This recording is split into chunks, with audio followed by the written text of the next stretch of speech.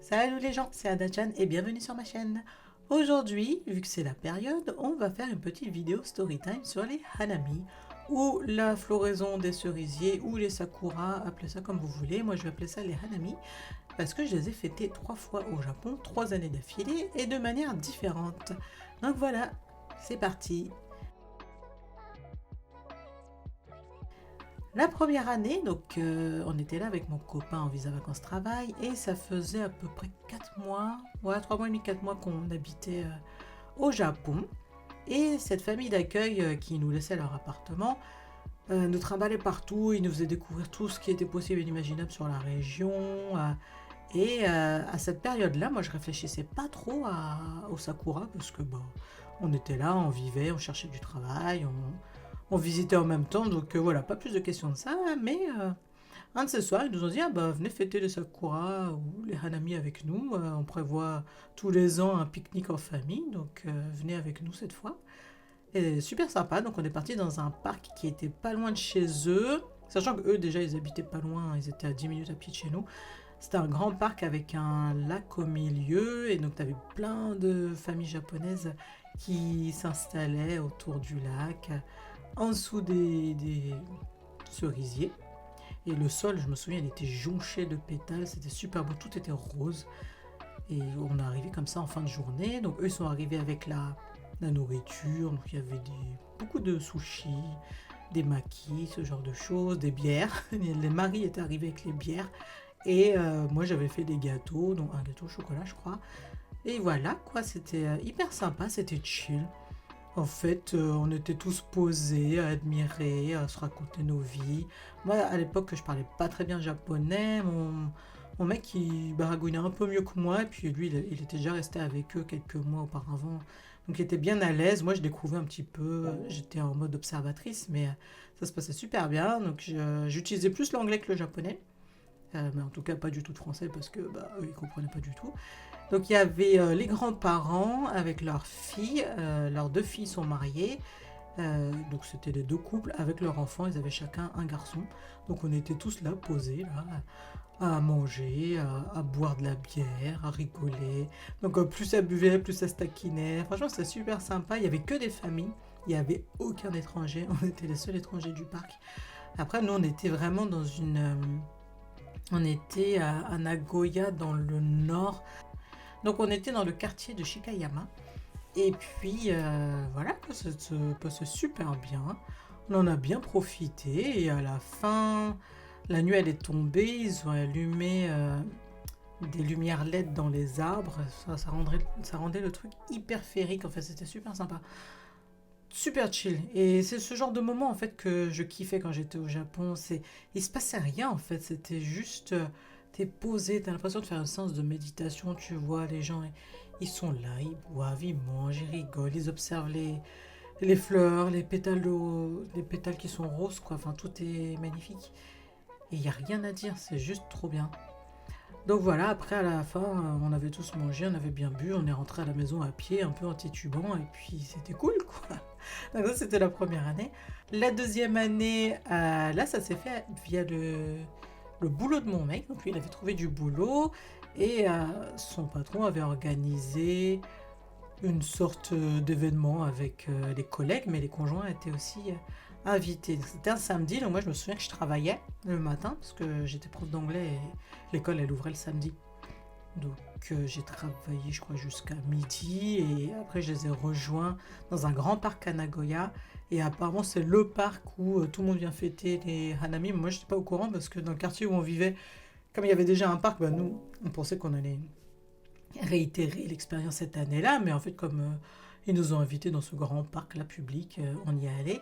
Donc la première partie en fait c'était du Taberodai Namihodai dans un restaurant. Donc si vous savez pas ce que c'est les Taberodai Namihodai, c'est des restaurants à volonté un petit peu. Donc pendant 2 heures tu manges ce que tu veux et tu bois ce que tu veux. Donc il y avait que de la bière par contre, on avait le droit qu'à de la bière. Et tout le monde commençait à boire quoi tout simplement.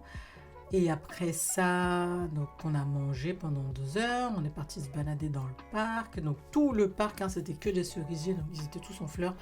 Le sol était jonché de pétales. Et après, on a mis des bâches au sol, en gros, pour continuer la fête, quoi. S'asseoir et continuer à boire des bières. C'est surtout ça. Et moi, c'était un aspect que je connaissais pas trop, en fait, parce que tu voyais tout le monde qui était là. Genre, c'était noir de monde, c'était blindé.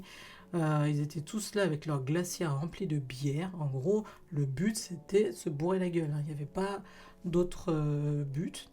Et tout le monde on regardait les gens, ils étaient tous bourrés en fait. Et moi, je faisais attention, j'essayais de pas trop boire parce que bah, déjà, il fallait reprendre le train pour rentrer. Et puis de toute façon, j'aime pas être complètement bourré non plus. Ça m'est déjà arrivé de prendre des cuites, mais là en plus, on était dans un setting, il y avait. Bah, c'était des collègues de mon mec. Lui-même aussi, il faisait attention à pas trop boire. Alors eux, ils n'en avaient rien à faire. En plus, son patron, il était d'Osaka. Et je sais pas si vous savez, mais les gens d'Osaka, ils sont réputés pour être plus francs, plus directs, plus à la cool aussi. Et il était mais bourré de chez bourré, c'était juste trop drôle à voir. Et tout le monde titubait en fait, tu regardais autour de toi, et ça c'est ce qui se passe quand toi t'es pas trop bourré et que tout le monde est fait. Et c'est juste rigolo, hein. C'est juste marrant de voir comment tout le monde est en train de s'éclater là, tout le monde est... Enfin les gens ils étaient là en famille, mais d'un autre côté les trois quarts des gens étaient bourrés. C'était... Je connaissais pas cet aspect des Hanami, mais je me suis rendu compte qu'en fait c'était vraiment ça l'histoire, hein, c'était de profiter, boire.